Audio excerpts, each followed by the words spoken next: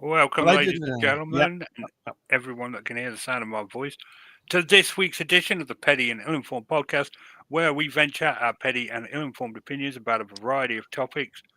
Joining me, as always, Phil, how are you? I'm doing well. Thank you for asking. Tom, how are you? All well and good. Excelente. Tonight's video game will be Planet Crafter. It's a game me and Nikki tried out earlier today to, get some multiplayer, chill, no combat. The whole point is just to terraform a planet. It was fun for the first couple of hours, but then it becomes a waiting game and it got very boring. And you see fit to enforce it upon us tonight. Well, like I said, the first couple of hours are great. So I've got an hour of decent, fun gameplay where we're figuring it out, but it gets boring. Okay. I won't be doing it again. It'll probably be Art Graders again next week. By the way, chat, if you haven't checked it out already, Art Graders is the best video game ever made. That's not my opinion. That's science fact. It can't be a fact. It can be a strong opinion and a well thought out opinion. No, Tom, it's objective fact. No, it's not. I don't even know the game. I've never played the game. And I wouldn't even need to play the game. No matter how highly I thought of the game, that wouldn't categorically make it the best video game ever made. Yeah. It is the best video game ever made. It's fact. It's objective fact. Okay, we live tell me why. What's the world. So good about it? What's so good about Art Raiders? The gameplay loop is very satisfying. There's a nice mix of friendly players and hardcore PvP rats that will kill you as soon as look at you. So you're always on your toes. It's a big deal if you get a nice haul to the extraction and make it safely out.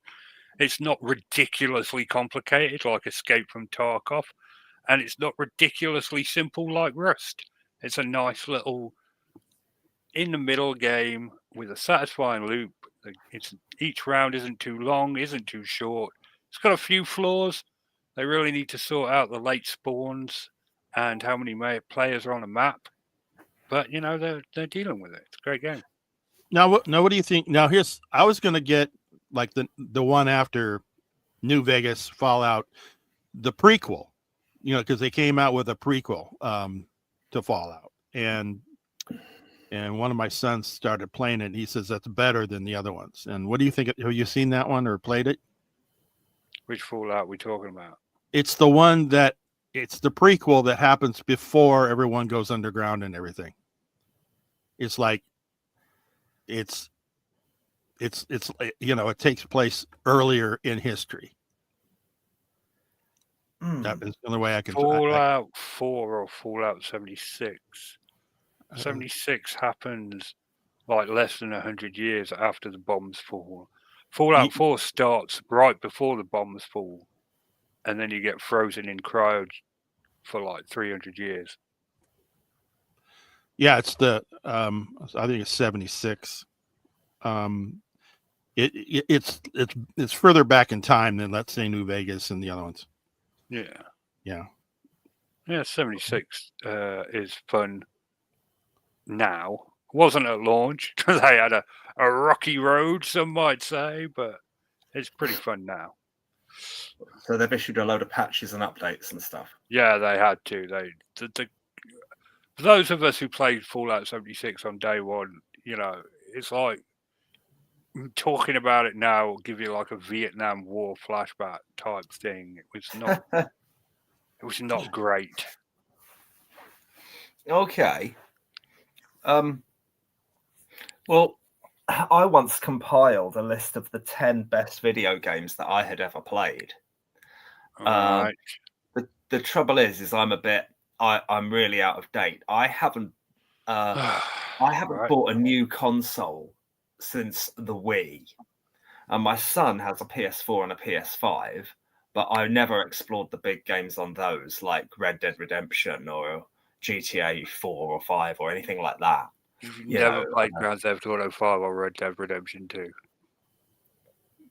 Go on. You've never played either one of those games? No.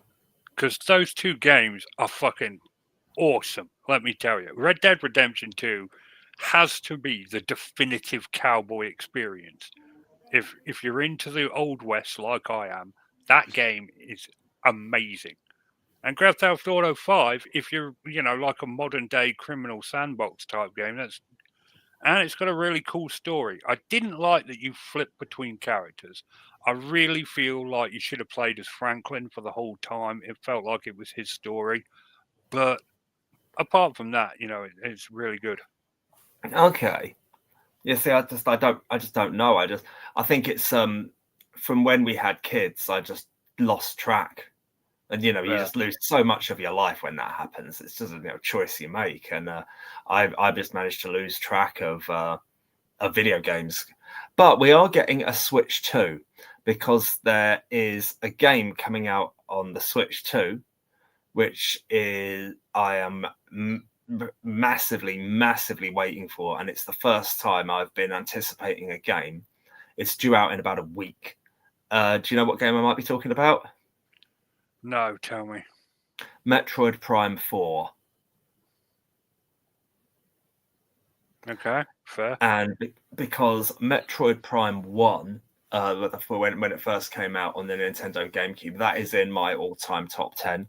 It's an incredibly immersive first-person world exploring stroke shoot 'em up experience. It's incredible, and I absolutely loved it.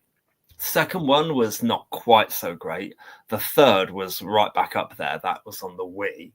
And that, I think, was the last time I really looked forward to a new game coming out and got it, hot off the shelves.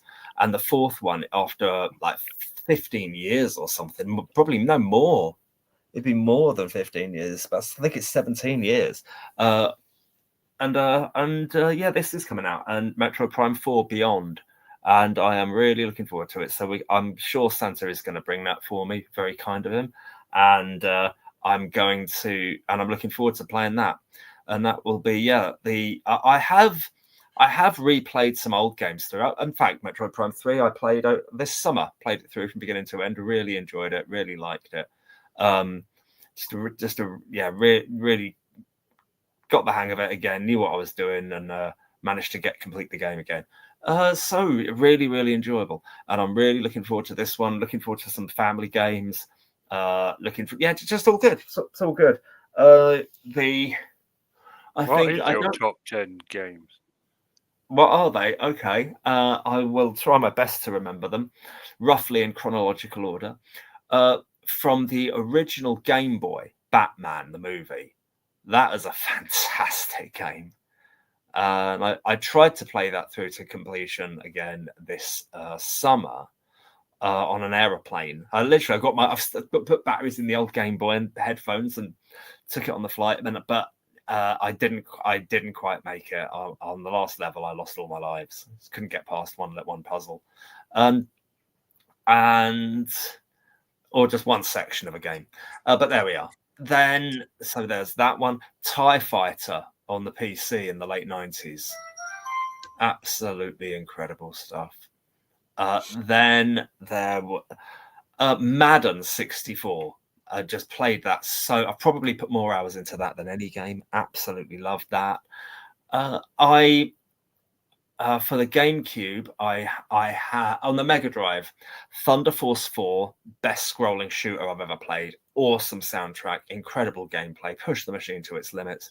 Streets of Rage 2, proper arcade scrolling beat 'em up, loved it.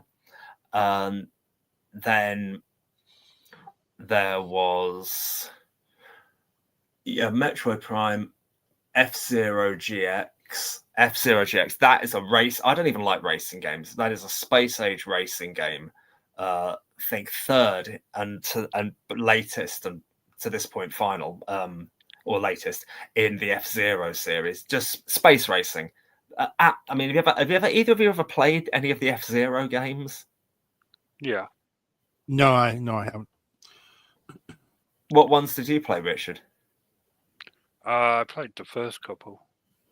Well, okay, that's F-Zero on the Super Nintendo and then F-Zero X on the N64. F-Zero GX, it was absolutely superbly crafted. It was a GameCube exclusive from AV Studios. There's a game called Super Monkey Ball, and they adapted the engine from that, so they got themselves on a flying head start. It's so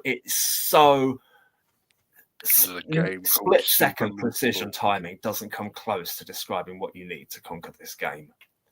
It's so hard and so precise, so intense, but unbelievably rewarding. It's now known as one of the hardest games ever made, but I didn't really know it at the time. I just kept at it and kept at it. It does this part called the story mode, and it has 3 levels of difficulty. And for every stage you complete on the highest difficulty, you unlock some souped up racing machine. There's a YouTube video of some maniac completing the hardest circuit on the hardest difficulty. It's called Phantom Road. Hardest circuit on the hardest difficulty, winning with every single car in a row in about a 1 hour compilation. And it is amazing. I mean, how this person does it. The one they do it with the weakest car, called the Silver Rat. I don't know how many attempts it would have taken this dude to do it, but he managed it eventually somehow. With this useless car to win the hardest race on the highest difficulty. But it's amazing stuff. So that was one of them. One of them, you would be very surprised if either of you had heard of. Again, a GameCube and Nintendo exclusive franchise, Battalion Wars. Battalion Wars 2 on the Wii. Just mixture of military strategy, perfect mixture of military strategy and action, and just so damn good. Just absolutely amazing stuff. Absolutely brilliant. It's these cartoony graphics, cartoony characters, but it just works. Criminally underrated game. I mean, I found it absolutely brilliantly playable. So well designed. You know, it's going over these sort of cartoony military landscapes in these by land, sea, and air. You have these little submarines. You have these battleships. You have all kinds of tanks that you can drive, you know, artillery, anti-air, anti-air vehicles. You have all kinds of things. All these vehicles have strengths and weaknesses. It's just so much fun. It's just so enjoyable and so rewarding to play levels again and again with slightly different strategies and doing slightly better, and just wonderful stuff. Absolutely wonderful stuff. So that's about that, and that's I think that's most of them. That's most of the ones I can remember that made up my top 10. Oh, one extra one, and this is a bit of a push. Keep calling this an all-time top 10 game, but I've just really enjoyed it. It's an arcade game from about 1990 called Space Harrier. That's great. It's an into the screen shoot 'em up, and I've got a version of that on the Mega Drive 32X. Now, do you know what I mean when I say that? The Mega Drive 32X. Yeah, the CD one. No, that's very close, but not quite. The Sega Mega Drive, they did a couple of hardware expansions for it. One was the Mega CD, and the other was the 32X. And the 32X went in the cartridge slot at the top. And I mean, I've got one. I'm looking at it right now. And then it's got a cartridge slot that goes in the top of that. It's this bolt-on thing, and it sort of doubled the graphics capacity of the Mega Drive. And you can really tell the difference on a couple of the games. And Space Harrier is one of them. It's a great rendition of the game. It's really, really fun, really enjoyable. Hard. I get to about level 10, and they're just the bad guys that are just too fast, and their bullets come at you too fast. You need to be moving too perfectly and accurately. So I've not ever completed that game. You know, a handful of those games I never completed. Thunder Force 4, that got way too hard. I think I got to the last level, but never lasted very long in that. So there you have it. That's my all-time top 10. I think my favorite thing with video games is is my Neo Geo console. Have either of you heard of the Neo Geo console? Mid-90s? Phil? In between, Nope. Go on, was in between. the old Nintendo and the Super Nintendo. But that's when it would have come out. About 1990. Well, what it was, I mean, this was the days before the internet. Just used to buy computer magazines, and the multi-format ones like CVG. Just on the front of it, it had, you know, Sega, Mega Drive, Master System, Game Gear, Nintendo, NES, Super Nintendo, and the Game Boy, and then Amiga, STPC, and it also had a couple of other things it would cater for in its reviews sporadically, the PC Engine GT and the Neo Geo. And of course, we'd all look at these and go, well, what is this? What is that? And my friend Dave knew. He said, oh, it's arcade perfect and games are £100. I was like, whoa. Now, you'd never see this thing for sale in the shops. You'd see it in mail order adverts only. And so it had a real sort of aura of mystique about it. And some of the games, I mean, the games would be reviewed and they'd be, you know, £120 sometimes. And the reviews would be like, yeah, this is all right. But for this sort of money, this is just a joke. So it was really chic, really elite. I didn't know anyone who had one. No one in my school had one. But then during lockdown, you know, just around the time I met you, Nikki and Richard, around then, I found on Amazon. Yes, seared into my memory. I found on Amazon something called the Neo Geo Mini. And what it was one of those. I mean, they've done them for the Mega Drive and the SNES, and probably a couple of other things, like a slimmed down version of the console with loads of emulated games. And this was an official release from SNK, the people who made the Neo Geo. And it's sort of like 25 years later, these games that cost £100 and this console that cost £400 or £500 in the 90s, you know, not even adjusting for inflation, that is an immense amount of money. Adjust for inflation, you look at doubling both figures. And this Neo Geo Mini had inbuilt 40 Neo Geo Classics. So we've got this thing and was able to, you know, you plug a control pad in. Looks like a little arcade cabinet. You plug it, it's got an HDMI out, so you plug it into your telly. You plug a pad in, and it's working just like a console. And so ridiculously hard. But a half a dozen or so of these 40 games probably about 10 of them I played extensively and really, really enjoyed. And some of them, I mean, you know, you have to take the rough with the smooth. Some of these games were barely worth a fiver, never mind £100 odd. But playing them for you know, for £100 now, you get this console, this mock-up version of the console, but it's official, and 40 odd games, and it's really, really, really enjoyable to play. It's really cool. And so I loved that, and during lockdown, I got my head around a load of those games. What really helped was they have an inbuilt feature where you can just pause the game and save at any point.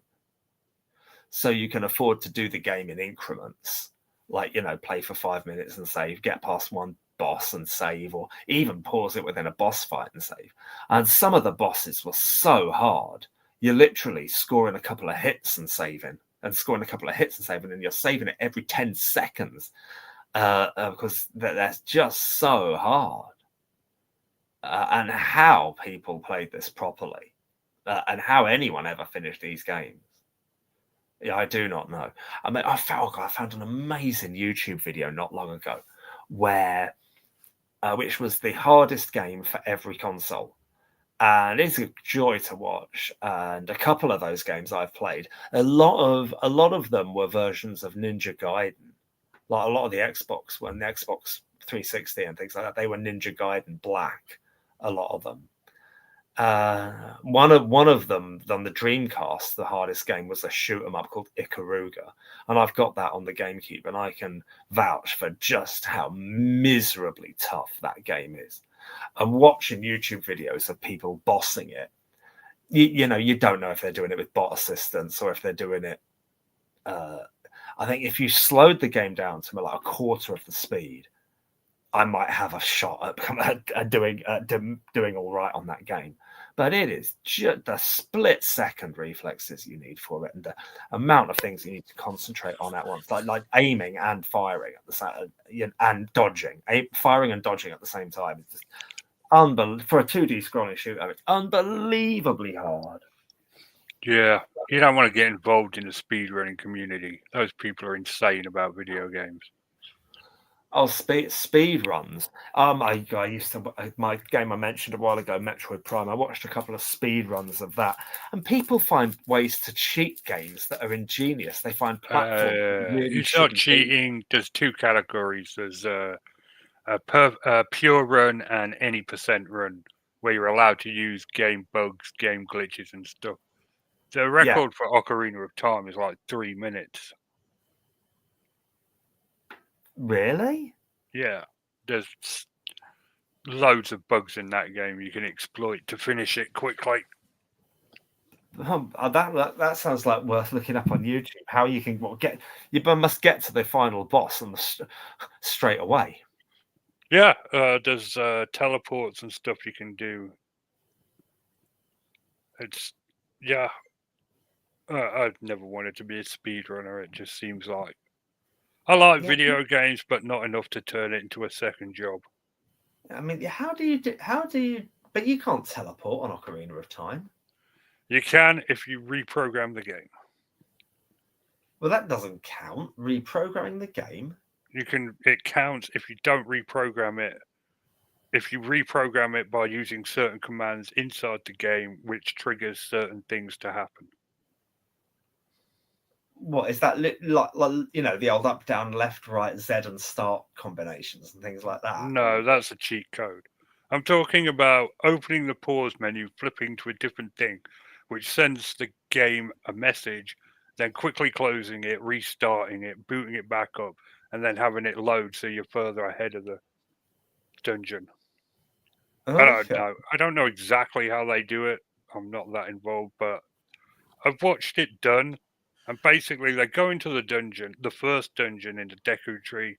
They do some crazy shit, and they end up in the final fight against Ganon, and then kill him with a stick. So it's like a chapter selection. I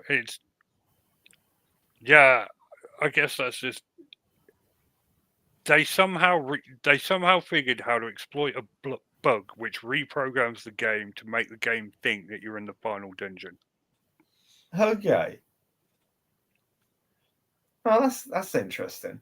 Oh, the Metroid Prime done quick was brilliant. I mean, it's just like there's walls that are smooth, that are meant to be smooth, that you're not meant to be able to land on, but they found a spot where your character will have enough traction to be able to jump, be able to get a foothold and jump. So he jumps into the wall, jumps a couple of times, but in ways you're not meant to, gets to a platform you're not meant to, and gets weapons early, basically. Or you pick up an upgrade to a weapon that you haven't got yet, and you therefore get the weapon and the upgrade. That kind of thing is quite clever. And they found ways to do that. Like when you get the version I had, it was before YouTube. I downloaded through Kazaa. This is going back 20 years easily. Come on, Tom, concentrate. Like you, very early on, you're supposed to get the missile launcher, and the character gets that by cheating its way to getting or by doing a few dodgy jumps that you're not supposed to be able to do, like jumping into a tree and jumping out of it, and it gets to a missile expansion before you've got the missile launcher, and that gives you the missile launcher. It's ingenious stuff like that. Yeah,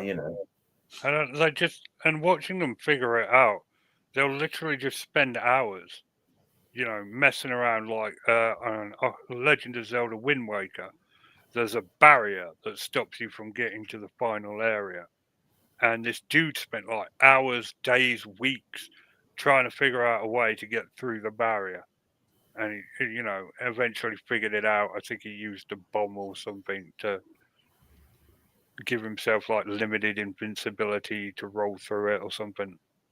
But it just like months of his life trying to figure out how to beat that barrier.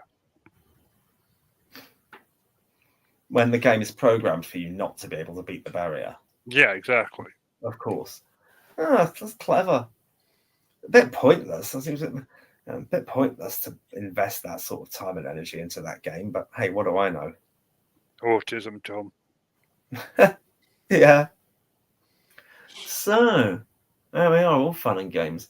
I think. Oh, here's an interesting one. What's the most disappointing video game you've ever played? Five Nights at Freddy's. Just I hate that game. You know, I'd play games at night, you know, and it scared the hell out of me. You Yeah, know? but it's cheap. It's cheap scares. It's jump scares. I know that, but it would scare the hell out of me. I'm like, oh Yeah. God damn it! I'm not going to play this. I mean, I just couldn't do it because you know, I mean, it was like I was on pins and needles, just wondering, okay, when's it coming out of nowhere? No matter what I do, it seems I got frightened and I got pissed and I said, this is a stupid game, and I stopped playing it like the first night. Okay. Yeah. I wasn't too keen on Portal. It was all right, but I don't know. It just seemed like it was just too. Oh, what's the word I'm looking for? Bit too jokey. Yeah, like the Stanley Parable. I mean, that was clever. I mean, I do have to admit, the Stanley Parable was a clever game. So, but yeah, the Portal was. Yeah, I think you hit it right on the head there. I really want to get back into playing LA Noir. It's a great game. Yeah. I was playing it for a while when I was, you know, still working, and other things came up. I just, you know, set it aside and I never went back to it. But yeah, LA Noir, you know, it's kind of right down my alley. Anyway, yeah. It's all a bit. What's the word I'm looking for? LA Noir is frankly awesome, but it's not very long. That's my problem with it. It's Yeah. like 6 hours tops. Yeah, I don't know. I played it like 2 nights or 3 nights, and you know, like an hour each night, and then I set it aside. So I didn't even become a detective yet. But Great game. yeah, I'll have to get back and finish that one up. Yeah. My most disappointing game was Frostpunk 2. Frostpunk 1 has to be one of my favorite city simulators ever. It is streamlined. It's every person in your city counts. They all matter. You know, you don't know their names or anything, but every worker matters. You're up against the elements. You're up against resource shortages. It's a struggle if you don't know what you're doing, but when you do know, it's great. I love Frostpunk 1 so much, and Frostpunk 2 was so massively disappointing because it was so bland and generic, and they took the safe option, and every worker didn't matter anymore because you were dealing with thousands of people. And the oil thing just, like, there was nothing wrong with coal and wood and metal scraps and stuff, and why you had to add an entirely new resource and have, instead of heating areas, you had to run radiators and stuff, and just wound me up. So yeah, that is my most disappointing game. What was it called? Frostpunk 2. Okay. Did not care for it. Frostpunk 2. Yeah, punk. Okay. Oh, I see. The first one is amazing.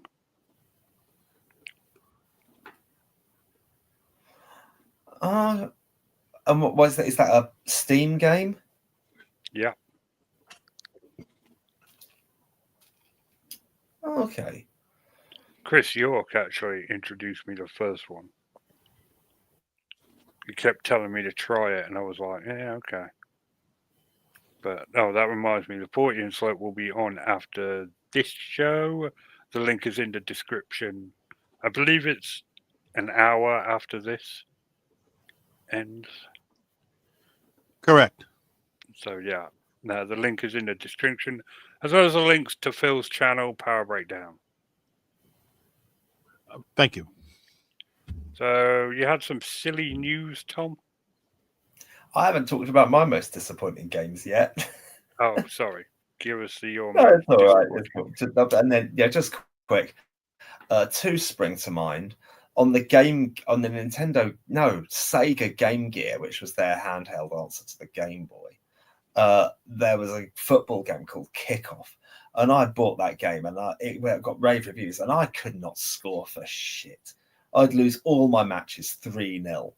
And I remember by one freak occurrence, I once managed to win a game 3-0. But I think I scored about 5 goals, including those 3. I scored about 5 goals overall in a couple of months of playing, and I just sold it to a friend who liked it and could score. But so that was one. Another one was NFL Quarterback Club on the N64. It just didn't work. I mean, I couldn't. The players were just running in all kinds of weird directions, and nothing made sense. It was like every player had 10 pints of special brew in the weight room before hitting the game. So it was like the real NFL. No, it was terrible. It was terrible. And the mechanics of the game were just screwed. I don't know what I was doing wrong, but how that, from the outward appearance, how that game got through testing and got onto the open market, I do not know. But oh my word, it was purgatory, that game. I was in sheer disbelief at what was happening on the screen in front of me. Like, it's just the those. I saw an experiment once where they gave a spider trying to spin a web various different chemicals and very different substances like alcohol and cannabis and things like that to see what it would do, and showed the results of it trying to spin its spider's webs. And that looked like the patterns the receivers were running when trying to catch passes. It was, I don't know what went wrong with that game, but it was I might look it up. I think it was NFL Quarterback Club 98. I'll have to, on the N64. I must Google it and see if it was just me, or if online this thing has got a terrible reputation. Yeah, weird. So that was one. Those two were the two games that spring to mind as being miserably disappointing. Streets of Rage 3. Given how good Streets of Rage 2 was, it was several years later in a secondhand video game shop. I found a cartridge only of Streets of Rage 3 for 20 quid, and I played that, and it was a real downgrade. Opinions quite split on it on the internet, but there's a lot of people who bought that and were like, what the fuck? This suddenly Streets of Rage has gotten shit.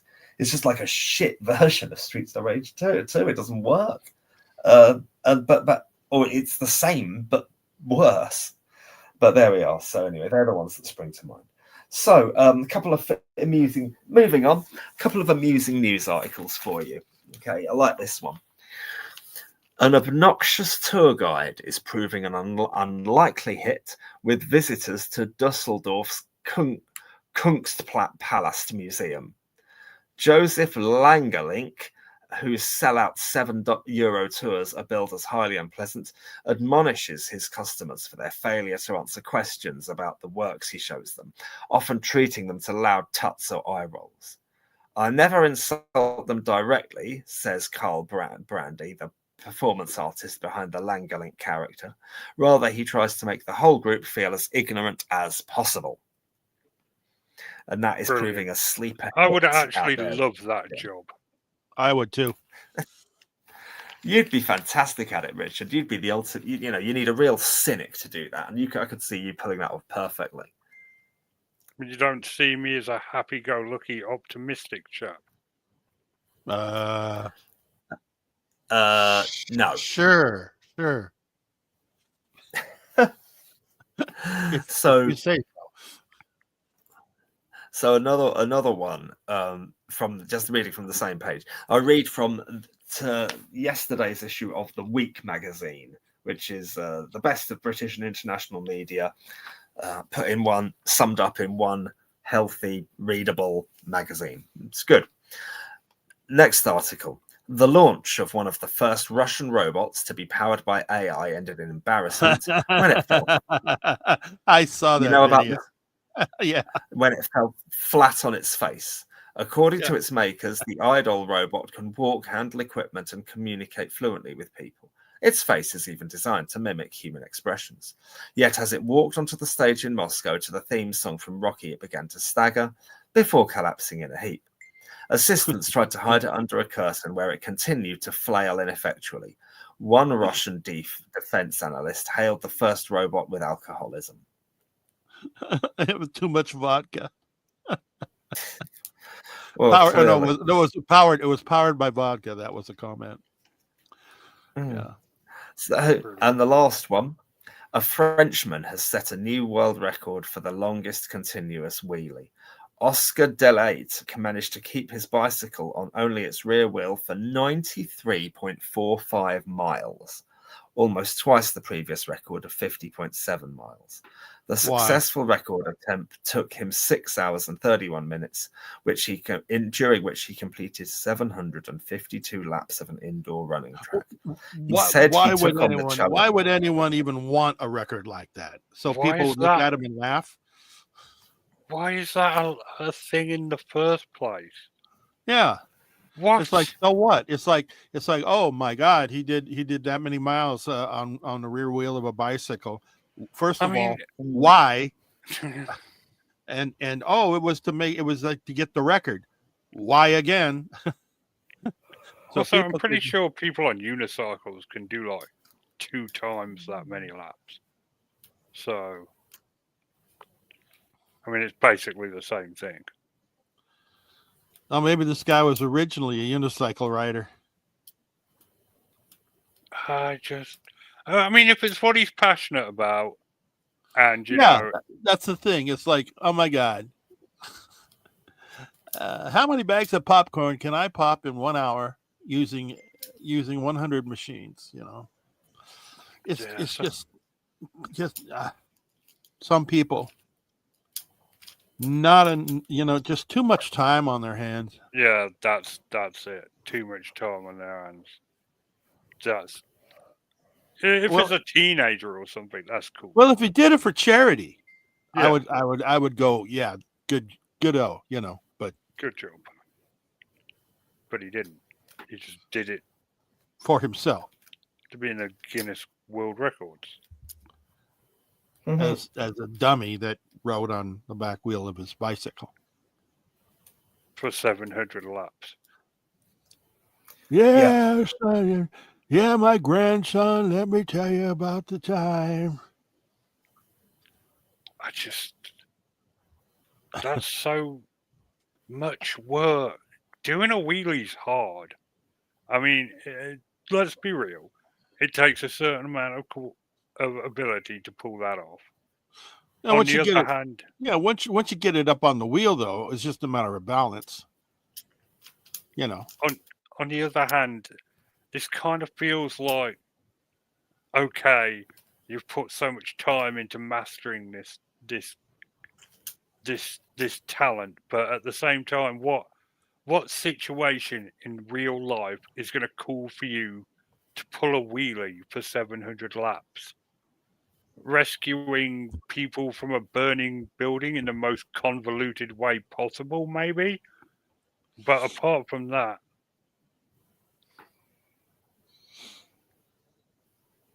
I mean, even then, they'd have to have disabled ramp access. But I suppose in that situation, you'd make the papers. Yeah, I rescued women and children on this bicycle while doing a wheelie. Okay, you know what? That's impressive. But just doing it for the sake of doing it, no.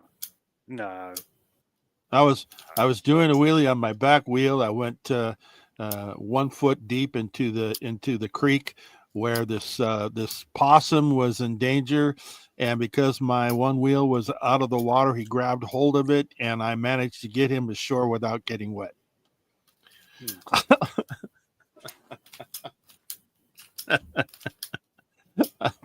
Okay. Poor thing was out on a rock in the middle of the creek. Yeah. I mean, Alright. again, in that situation, sure. Again, though, could have probably done that on 2 wheels, but Or just with a set of waders and walk out. yeah, or just on foot. But Yeah. you know, Just take your shoes off and walk out there. there is no situation in real life that would call for you to pull a wheelie for 700 laps. I don't get it. Even if it was to impress some chick, By the Okay, time- in by that the- situation, Wait. But by the time you're done, she's already found somebody else to go off with. sure. Got tired of waiting. Could you imagine just being like, I did this all for you, Lucia. Lucia, where'd you go? I'm with this guy now. He's like Yeah, right. totally cool. He can ride on a bicycle with no wheels. In fact, he's got a couple of e-bikes, and we go e-biking together. Oh dear. Oh dear. I feel like we're being rather mean to this poor gentleman. No, we're not.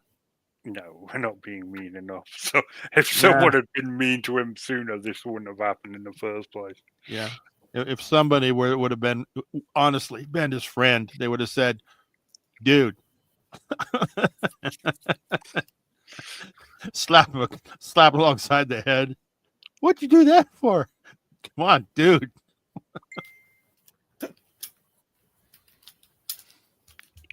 Oh, Okay, wait a minute. you do this, and I'll take care of your girlfriend. I'm going to take her out for a movie and dinner, and back to my place. And tomorrow we're going to do it again. And Hold on a second. Hold on just a second. Chris just messaged. He wants in. Maybe Oh. he's got something to say about the wheelie situation. yeah, I hope so. Yeah, me too. Yeah. I see you got the wind turbines up there. Oh, Yeah, in a few minutes, I'm going to discover solar panel technology, which is a game changer. oh yeah, it's always a game changer. I'm a game changer. That's because you're always changing games. You damn Skippy I am. Don't hate the player, hate the game changer. So, do you have something to add to the wheelie conversation? Hold on a second, Richard. I came in hot. I don't even have my fucking headphones on. I'm like, I just jumped out of the shower.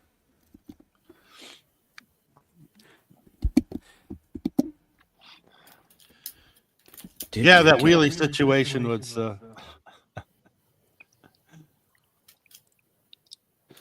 There, now I'm all situated, Phil.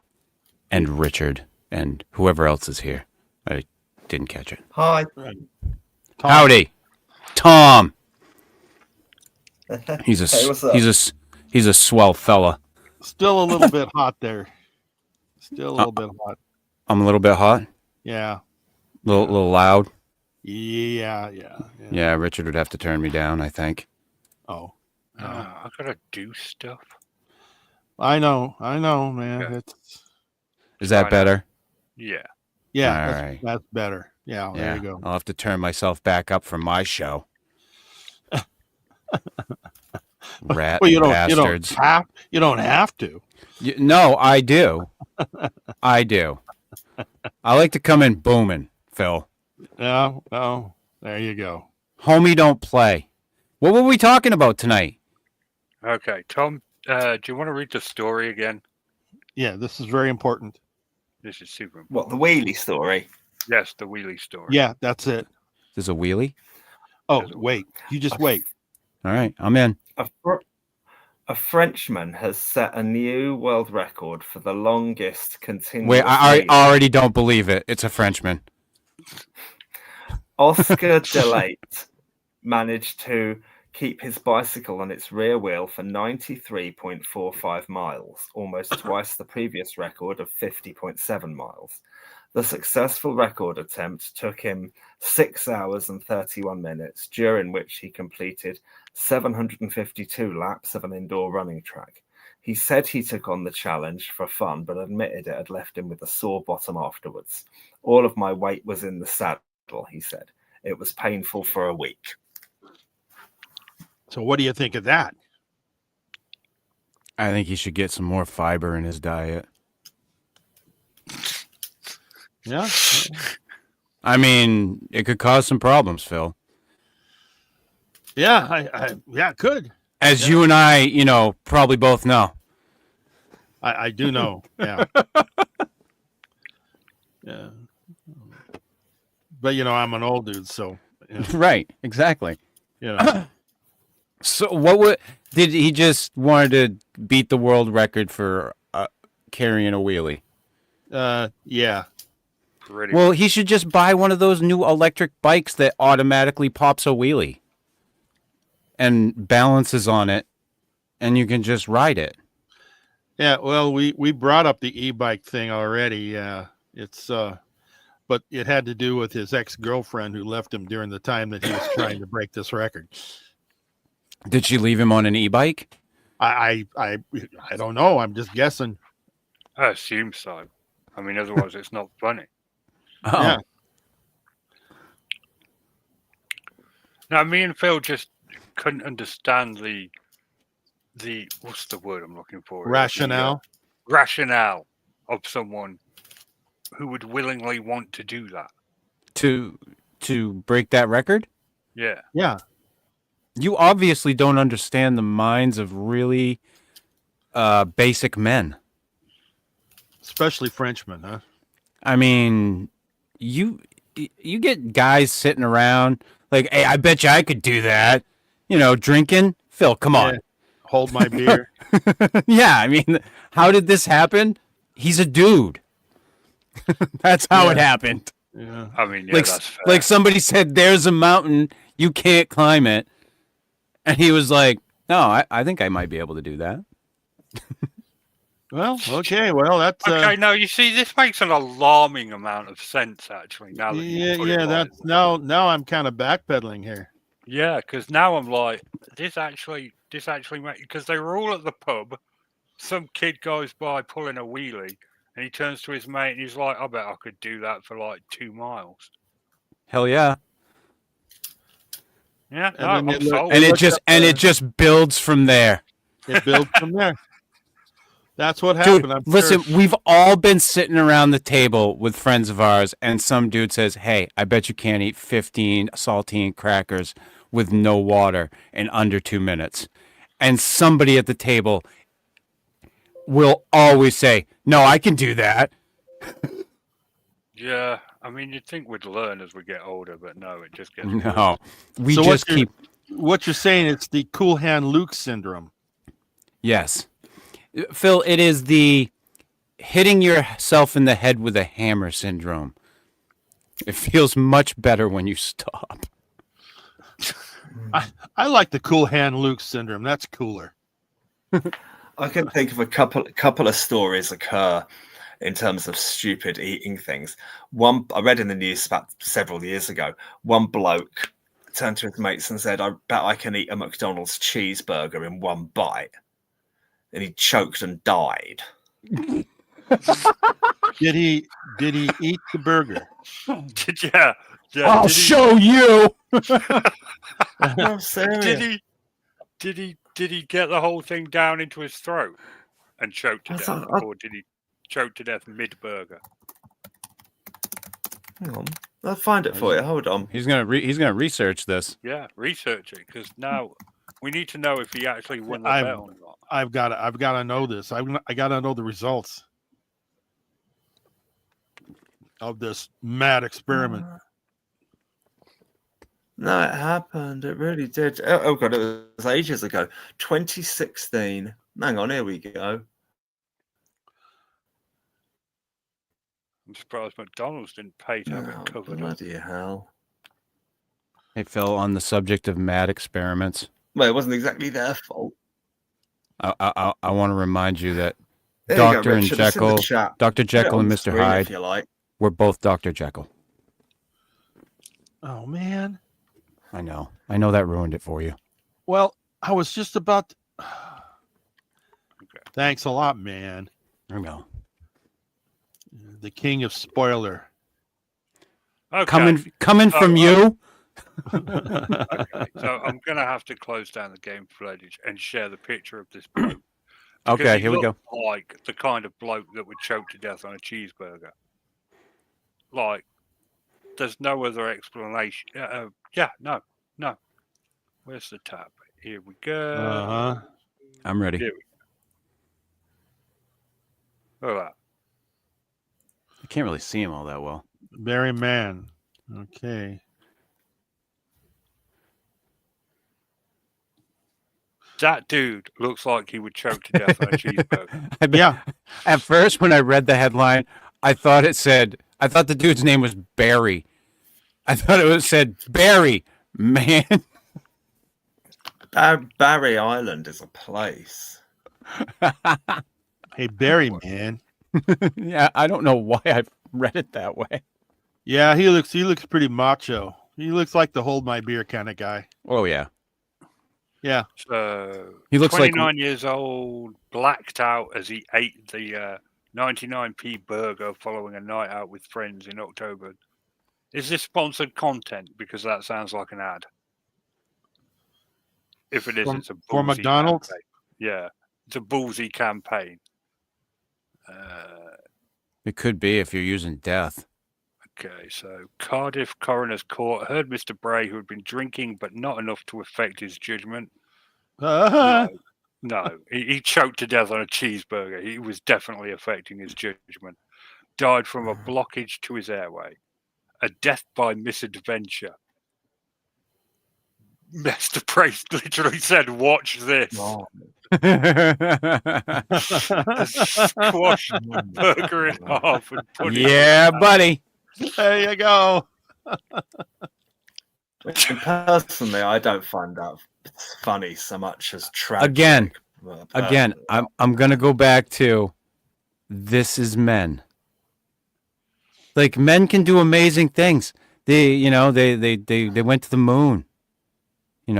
Maybe it's some. It depends on who you ask, but I think they did.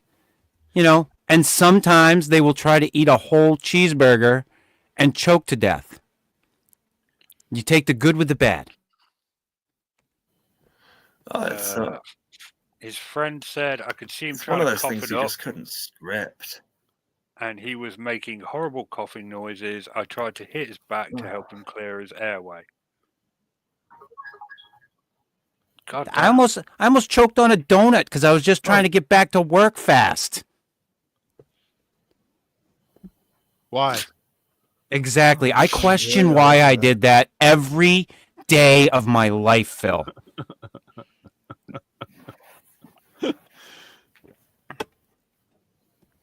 Why did I do that? Thank God for that girl that hit me on the back. That's all I gotta say. I've got several "why did I do that" times in my life, but thankfully none quite so tragic as choking on a cheeseburger. What a way to go. Yeah, I did a lot of the why did I do that when I was young, Yeah. like, 10 years old, 12, 13. I did a lot of that shit. I'm surprised I'm still alive. I did a lot of that, in my teens and then Yeah. my 20s and then 30s. my 30s and Yeah. a little bit into my 40s. No, I do that. I teach special needs kids, and they do some things, and I think, oh my word, when's the last time I did that? I could probably learn a thing or two in your class. I was 18 or 28 or something. So he People. squished it in half and then rammed it down his throat, basically. Yeah, that oh, poor guy. yeah. It listen, I laugh, but it is tragic. But literally, this is men at their finest. You It's- know, It is a tragedy, but he said he could eat the whole thing in one. Right, so that's just putting the whole burger in his mouth. He could have Yeah. chewed. Right. again, I take you back to Yeah. dude. I've sat in many groups of guys where inevitably somebody brings up something stupid, and it snowballs. And before you know it, somebody loses a tooth. Right. Listen, when I was younger, I had my cousin decided out of the blue to make blowguns out of pens with the plastic Q-tips, and they took the Q-tips, took one end off, put needles in the end, and then chased me around the yard for 2 hours. Just blowing needles at you. Yes. Were the blowguns effective? I looked like a pincushion, so I would say yes. Damn. Well, kudos to them. It was a different time, though. It was a different time. This must have been before long darts. After. This was after long darts. Oh, Brilliant. Those were the days. Hey, we used to take socks and fill them with sand, and go to we had a big, huge spotlight out in front of my uncle's old shop, and we would sit out there and throw the socks with the sand up in the air and watch the bats come down and chase them down to the ground. Like, guys just go out and do stupid shit for stupid reasons. yeah. Well, you should have used fishing pole and line. That way, it I catches- didn't want to catch the friggin' And then things. that way they have on the end of the line, watch them just fly around. Yeah, the red cougar. Bats have rabies. Don't want to go messing with bats. They don't all have rabies. That's right. Only a select few, Richard. Yeah, only the ones that have rabies. Jeez, what are you gonna try to terrorize me into believing there's something else out there that's gonna kill me? I mean, no. What else would kill you? Okay, Richard Fauci. Oh, oh, We don't need to be throwing that kind of language. oh just- man. That's a step too far, mate. That's just low. That's just low.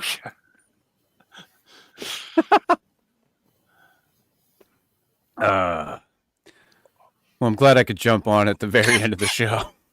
Yeah. Yeah. Cause hate and discontent. I'll be on at 8 p.m. Again, the link to the 14 slip is in the description, as is the link to Power Breakdown. Yeah, I think that'll wrap us up for this week. We will return next week, despite the hopes of many, and probably more Arc Raiders gameplay footage. It's good night from me, and it's good night from them. Good night, everyone. Good night. Good night.